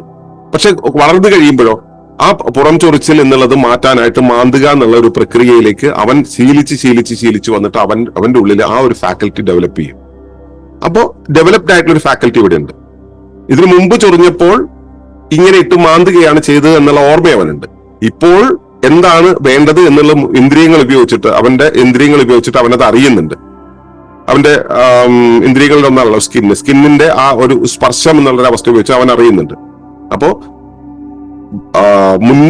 ഞാൻ ഈ പറയുന്ന ഒരു ക്രമത്തിൽ അതിന്റെ മുൻപ് പിൻപ് സൈഡ് ലെഫ്റ്റ് റൈറ്റ് ഒക്കെ ഒന്ന് ആ രൂപത്തിൽ മനസ്സിലാക്കുക. യഥാർത്ഥത്തിൽ ശരീരത്തിന്റെ ലെഫ്റ്റും റൈറ്റും അല്ല, ഞാൻ നിങ്ങൾക്ക് തരുന്ന ഒരു ചിത്രമാണ്, ബോധ്യപ്പെടാൻ വേണ്ടി തരുന്ന ഒരു ചിത്രമാണ്. ആ ചിത്രം അനുസരിച്ച് മുമ്പിൽ നമുക്ക് ജ്ഞാനേന്ദ്രിയങ്ങളുണ്ട്. അത് ഉപയോഗിച്ചിട്ട് ഇപ്പോൾ ഇതാണ് വേണ്ടതെന്ന് മനസ്സിലായി. ഇതിനു മുമ്പ് ഞാൻ ചെയ്തത് എന്റെ സ്മൃതിയിന്ദ്രിയത്തിലുണ്ട്. എന്റെ സ്വത്വേന്ദ്രിയത്തിന് ഈ ശേഷി എന്താണെന്നുള്ളതുണ്ട്. ഇനി ഇതിനും അപ്പുറത്ത് അടുത്ത ഒരു അവസ്ഥ വരുന്നത് എന്താ വെച്ചാല് എന്റെ ജീവന ഇന്ദ്രിയമാണ്. ജീവന ഇന്ദ്രിയം എന്ന് പറയുന്നത് ഇനി ജീവിച്ച് മുൻപോട്ട് പോകുന്ന സമയത്ത് എങ്ങോട്ടേക്കാണ് ഞാൻ പോകേണ്ടത്. ഇപ്പൊ ഒരു കാറിന്റെ ടയർ, ഫ്രണ്ടിലെ ടയർ എങ്ങോട്ടേക്കാണോ തിരിച്ചു വെച്ചിട്ടത് അങ്ങോട്ടേക്കാണ് കാറ് മുൻപോട്ട് പോകുമ്പോൾ നീങ്ങി പോവുക. മുൻപോട്ട് വെച്ച് കഴിഞ്ഞാൽ മുമ്പോട്ട് പോകും, റൈറ്റിലേക്ക് തിരിച്ചു വെച്ച് കഴിഞ്ഞാൽ റൈറ്റിലേക്ക് പോകും. എങ്ങോട്ടാണോ തിരിച്ചു വയ്ക്കുന്നത് ആ ദിശ എന്ന് പറയുന്ന ഒരു അവസ്ഥ. കഴിഞ്ഞ പ്രാവശ്യം നമ്മൾ സംസാരിച്ച ദിശാബോധത്തെ കുറിച്ചാണ്. ആ ദിശ എന്ന് പറയുന്ന ഒരു അവസ്ഥ ആണ് നാലാമത്തേത്, ജീവനേന്ദ്രിയത്തിലാണ്. ഈ 4 കാര്യങ്ങളെയും ഞാൻ എന്ന് പറയുന്ന ബോധത്തിന്റെ ഇന്റലിജൻസ് വെച്ചിട്ട്, ഇന്റലിജൻസ് വെച്ച് കഴിഞ്ഞാൽ ബുദ്ധി, ഈ ബുദ്ധി ഉപയോഗിച്ച് ഏകോപിപ്പിച്ചുകൊണ്ടാണ് മനസ്സ് വിശകലനം നടത്തുക. ഇന്ദ്രിയങ്ങള്, ജ്ഞാനേന്ദ്രിയങ്ങള്, സ്മൃതിയിന്ദ്രിയങ്ങള്, സ്വത്വേന്ദ്രിയങ്ങള്, ജീവനേന്ദ്രിയങ്ങള്, ഈ 4 ഇന്ദ്രിയങ്ങളും വെച്ചുകൊണ്ട് ഇന്റലിജൻസ് എന്ന് പറയുന്ന ആ ഫാക്കൽറ്റി ഉപയോഗിച്ചുകൊണ്ട് അഹത്തെ സാക്ഷി നിർത്തിക്കൊണ്ടാണ് ഈ മനസ്സ് ഈ പ്രക്രിയ ചെയ്യുന്നത്. നോക്കൂ, ധർമ്മം എന്ന് പറയുന്നത് ഉപരി വ്യവസ്ഥയുടെ ആവശ്യം. അതിനുവേണ്ടി ഞാനിതിവിടെ എപ്പോൾ എങ്ങനെ ചെയ്യണം എന്നുള്ളത് നിർവഹിക്കാൻ വേണ്ടി ഇത്രയും കോംപ്ലക്സ് ആയിട്ടുള്ള, കോംപ്ലിക്കേറ്റഡ് എന്നല്ല ഞാൻ പറഞ്ഞത് കേട്ടോ, കോംപ്ലക്സ് എന്ന്. കോംപ്ലിക്കേറ്റഡ് എന്ന് വെച്ചാൽ സങ്കീർണം എന്നാണ് അർത്ഥം. കോംപ്ലക്സ് എന്ന് വെച്ചാൽ ബഹുക്രമമാണ്, പല ക്രമങ്ങൾ ഒരുമിച്ച് പ്രവർത്തിക്കലാണ്, പല സംവിധാനം. അത് വ്യവസ്ഥയിൽ മാത്രമേ ഈ ബഹുക്രമം ഉണ്ടാവുള്ളൂ. അപ്പോൾ ഈ ഒരു വ്യവസ്ഥയിൽ ആ ബഹുക്രമത്തോടു കൂടി ഇത് പ്രവർത്തിച്ചുകൊണ്ട് ആ ചൊറിയൽ എന്നുള്ള പ്രക്രിയയിലേക്ക് എന്നെ കൊണ്ടെത്തിക്കുന്നു. അത് ചെയ്തു കഴിയുമ്പോൾ അത് കർമ്മമാകുന്നു. ഓക്കെ, അപ്പൊ മനസ്സ് പ്രവർത്തിക്കുന്ന രീതി മനസ്സിലായി. ധർമ്മം കർമ്മമാക്കി മാറ്റണം, അതിനുവേണ്ടി മനസ്സ് പ്രവർത്തിക്കണം. മനസ്സ് പ്രവർത്തിക്കുന്നതിന് ഈ 5 ഘട്ടങ്ങളെ നമ്മൾ ഒരുമിച്ച് ഉപയോഗിക്കുന്നത് അഹത്തെ സാക്ഷിയാക്കിയിട്ട്. അപ്പോ ഒരാള് ചൊറിച്ചിൽ വരുമ്പോഴൊക്കെ തന്നെ ചെറിയ കാലം മുതൽ ഒരാൾ ചൊറിഞ്ഞു കൊടുക്കാൻ നിൽക്കുന്നു. അപ്പോ ചൊറിച്ചിൽ വന്നു കഴിഞ്ഞാൽ ഒരാൾ ചൊറിഞ്ഞു തരിക എന്നുള്ളതാണ് അവിടുത്തെ രീതി. ചൊറിച്ചിൽ വരുമ്പോൾ ഞാൻ കരയുക, അപ്പോ മറ്റൊരാൾ വന്ന് ചൊറിഞ്ഞു കൊടുക്കുക. ഇതാണ് അയാളുടെ ആദ്യത്തെ അനുഭവം. 2ാമത്തെ അനുഭവം അത് തന്നെ, 3ാമത്തെ അനുഭവം അത് തന്നെ, 4ാമത്തെ അനുഭവം അത് തന്നെ. 100ാമത്തെ അനുഭവം വരുമ്പോ, 100ാമതൊരു തവണ അനുഭവം വരുമ്പോൾ അയാൾ എന്തിനാണ് എടുക്കുക?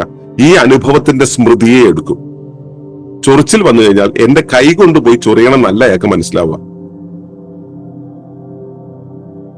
അയാൾക്ക് മനസ്സിലാവുക മറ്റൊരാൾ വന്ന് ചൊറിഞ്ഞു തരുന്ന. കാരണം അയാൾ ജീവിക്കുന്ന പശ്ചാത്തലത്തിൽ അയാൾക്ക് വേണ്ടുന്ന ചൊറിച്ചിൽ മാറ്റാൻ മറ്റൊരാളെ കൈ വന്ന് ചൊറിഞ്ഞു കൊടുക്കൂ. ഇതിനെയാണ് നമ്മൾ വിശ്വാസം എന്ന് പറയുക. കൈയാണ് ചെയ്യേണ്ടത്, ഈ ചൊറിച്ചിൽ ചെയ്യേണ്ടത് കൈയാണ്. മറ്റൊരാൾ വന്ന് ചൊറിയുക എന്നുള്ളതല്ല ശരിക്കുള്ള മെക്കാനിസം. അതിനു വേണ്ടിയിട്ടല്ല ഉണ്ടായിട്ടുള്ളത്. പക്ഷെ വിശ്വാസം ഇങ്ങനെയാണ്, മറ്റേയാൾ വന്ന് ചൊറിഞ്ഞു തരുമെന്ന്. ആ വിശ്വാസമുള്ളപ്പോ ആ മറ്റൊരാൾ വരുന്നതിന് വേണ്ടി നമ്മൾ ഇവിടെ കാത്തിരിക്കുന്നു. അപ്പോ ധർമ്മം കർമ്മമായി മാറുമ്പോ ഞാൻ ചെയ്യേണ്ടത്, ഈ ധർമ്മം എന്നിൽ നിയുക്തമാണ്, നിയുക്തമായ ധർമ്മം ഞാൻ ചെയ്യണം. ഞാൻ ചെയ്യേണ്ടുന്നത് ചെയ്തു തീരുമ്പോൾ അതുണ്ടാവുന്നത് കർമ്മമാണ്. പക്ഷെ ഇപ്പോൾ ആ കർമ്മം ഞാനാണോ ചെയ്തത്? അല്ല, മറ്റൊരാളാണ് ചെയ്തത്. ഞാൻ ചെയ്യേണ്ട കർമ്മം അവിടെ ബാക്കിയായി, ഞാൻ ചെയ്യാതെ സൂക്ഷിച്ചു. അത് ഞാൻ ചെയ്തിട്ടില്ല, ബാധ്യതയാണ്. അതിനെയാണ് കർമ്മ-ഋണത എന്ന് പറയുക.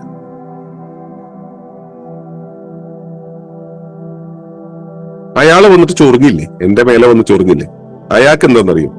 കർമ്മ-ആധിക്യമാണ്. അയാൾ അധികമായിട്ടുള്ള കർമ്മം ചെയ്തു, അധികർമ്മം ചെയ്തു. അയാൾക്ക് അധികർമ്മം എന്നുള്ളത് കർമാധിക്യം അല്ലെങ്കിൽ അധികർമ്മം എന്ന് പറയാം. കർമ്മ-ഋണതയും അധികർമ്മവും. അപ്പോ ശരീരം നമ്മളെ നിയോഗിച്ചിരിക്കുന്നത്, അല്ലെങ്കിൽ ഉപരിവ്യവസ്ഥ നമ്മളെ നിയോഗിച്ചിരിക്കുന്ന ഒരു പ്രത്യേക കാര്യം ചെയ്യാൻ വേണ്ടി.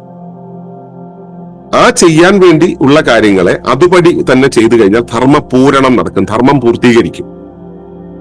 ധർമ്മം ശരിയാമിതം പൂർത്തീകരിക്കുമ്പോൾ ആ വ്യവസ്ഥ കൃത്യമായി പ്രവർത്തിക്കും. ധർമ്മം കൃത്യമായിട്ട് നിർവഹിച്ചിട്ടില്ലെങ്കിൽ ആ വ്യവസ്ഥയ്ക്ക് താളപ്പിഴകൾ ഉണ്ടാവും. അപ്പോ ധർമ്മ ഋണത, കർമ്മം, ധർമാധിക്യം, ഇങ്ങനെയുള്ള കാര്യങ്ങൾ മനസ്സിലായല്ലോ. നമ്മൾ നമ്മുടെ ധർമ്മത്തെക്കുറിച്ചാണ് ഈ പറഞ്ഞു വന്നത്. ഞാനും നിങ്ങളും എല്ലാവരും ചേർന്നിട്ടുള്ള ഒരു ജാലികയിൽ, നെറ്റ്വർക്കിലാണ് നമ്മുടെ ഈ ധർമ്മ പ്രവർത്തനങ്ങളെല്ലാം നടന്നു പോരുന്നത്, അല്ലെ? നമ്മൾ എല്ലാവരും കൂടെ ഉള്ള ഒരു വല്ലാത്ത നെറ്റ്വർക്കിലാണ് ഇത് നടന്നു പോരുന്നത്. അതാണ് കോംപ്ലക്സ് ആയിട്ടുള്ള എന്താ പറയാ, ബഹുക്രമമായിട്ടുള്ള ഒരു അവസ്ഥയിലാണ് ഇത് നടന്നു പോകുന്നതെന്ന് പറഞ്ഞു. അവിടെ ധർമ്മങ്ങളെല്ലാം ഏകതാളത്തിൽ സംഭവിക്കണം. എന്റെ വലത്തേക്കാല് മുൻപോട്ട് പോകുമ്പോൾ ഇടത്തേക്കാല് പുറകോട്ട് പോവുകയും, ഇടത്തേക്കാല് മുൻപോട്ട് പോകുന്ന സമയത്ത് വലത്തേക്കാൽ പുറകോട്ട് പോവുകയും ചെയ്യുന്ന രീതിയിൽ പരസ്പരം കോർഡിനേറ്റ് ചെയ്ത് പ്രവർത്തിക്കുമ്പോഴാണ് എന്റെ നടത്തം നടക്കുക. ഒരു ബൈക്കിൽ ഗിയർ മാറ്റുന്ന സമയത്ത് ക്ലച്ച് പിടിക്കുകയും ഗിയർ മാറ്റുകയും ഒക്കെ ചെയ്യുകയും ആക്സിലേറ്റർ കൊടുക്കുക, ഇതെല്ലാം ക്രമത്തിൽ ഒരു പ്രത്യേക താളത്തിൽ സംഭവിക്കുമ്പോഴാണ് ബൈക്കോട്ടം നടക്കുക. ഇതെല്ലാം വെവ്വേറെ പ്രക്രിയകളാണ്. ഈ പ്രക്രിയകളെ ഒരു പ്രത്യേക രീതി സന്നിവേശിപ്പിക്കുമ്പോഴാണ് വാഹനത്തിന്റെ മുൻപോട്ട് പോക്ക് സംഭവിക്കുക. ഇതുപോലെ എന്റെ ശരീരത്തിലെ വിവിധ അവയവങ്ങൾ വ്യത്യസ്ത രൂപത്തിൽ ഏക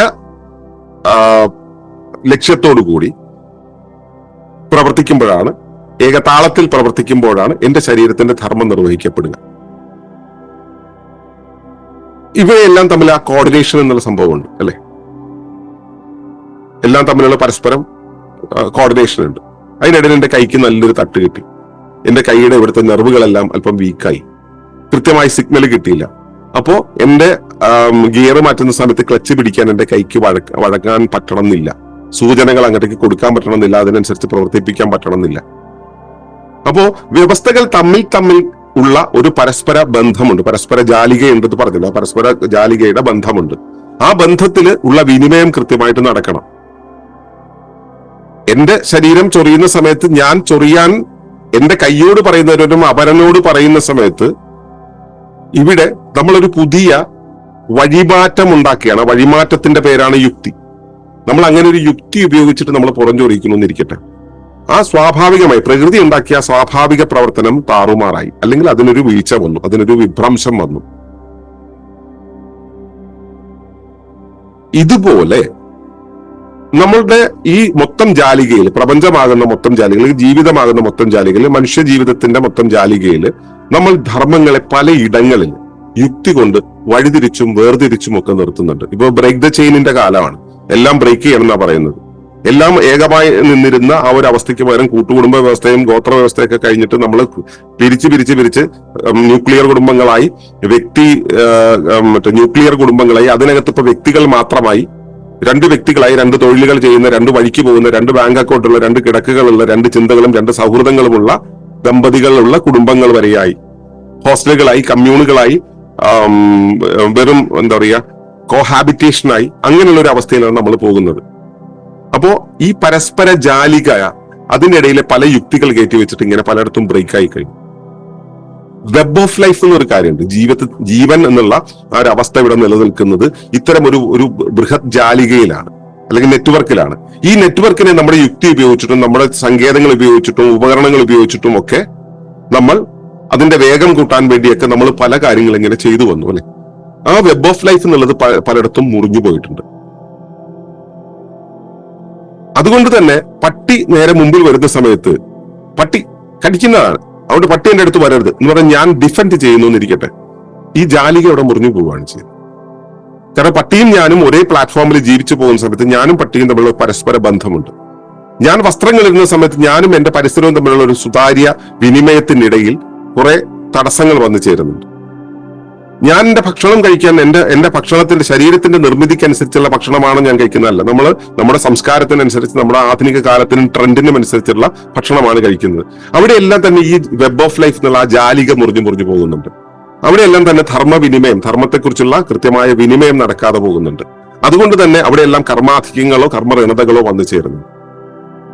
ഇങ്ങനെ പ്രകൃതിയില് ഞാൻ ധർമ്മവും കർമ്മവും പറഞ്ഞു, മനസ്സെങ്ങനെയാ പ്രവർത്തിക്കുന്നത് പറഞ്ഞു, ഇവ തമ്മിലുള്ള വിനിമയം പറഞ്ഞു, ജാലികയെ കുറിച്ച് പറഞ്ഞു. ഇവയെല്ലാം തമ്മിലുള്ള ഒരു ക്രമം നിങ്ങൾക്ക് മനസ്സിലായിട്ടുണ്ടാവുന്നതാണ് എന്റെ ധാരണ. ആ ധാരണയിൽ എനിക്ക് പറയാനുള്ളത് ഇതാണ്: ഈ ധർമ്മത്തിന്റെ ലംഘനമാണ് പാപം എന്ന് പറയുന്നത്. പ്രാപഞ്ചിക ജാലികയിൽ അത് മനുഷ്യന്റെ തലത്തിലോ ഭൂമിയുടെ തലത്തിലോ അല്ലെങ്കിൽ കോശങ്ങളുടെ തലത്തിലോ എവിടെ വേണമെങ്കിലും എടുക്കാം. നമ്മൾ ധർമ്മലംഘനം നടത്തുമ്പോൾ അത് പാപമെന്ന് കരുതേണ്ടതുണ്ട്. അതാണ് പാപം. ധർമ്മത്തെ നടപ്പിലാക്കാനായിട്ട് നാം നൽകുന്ന യത്നമുണ്ടല്ലോ, യത്നം, ആ യത്നമാണ് പുണ്യം എന്ന് പറയുന്നത്. ധർമ്മപൂർത്തീകരണത്തിനാണ് നാം നിർവഹിക്കുന്നത് എന്ത്, അതാണ് പുണ്യം എന്ന് പറയുന്നത്. ധർമ്മലംഘനവും ധർമ്മപാലനവും. ധർമ്മലംഘനത്തെ നമ്മൾ പാപം എന്ന് പറയും, ധർമ്മ പൂരണത്തെ നമ്മൾ പുണ്യം എന്ന് പറയും. ഇനി മനസ്സിലാക്കുക, ഇനി അധികമൊന്നും പറയാനില്ല, പറഞ്ഞു കഴിഞ്ഞു. പാപം പുണ്യം എന്ന് പറയുന്നത് നമ്മുടെ പൊതു ഭാഷ്യമുണ്ടല്ലോ. ആ ഭാഷ്യത്തില് നമ്മൾ എന്തിനെയാണ് എടുക്കുന്നത്?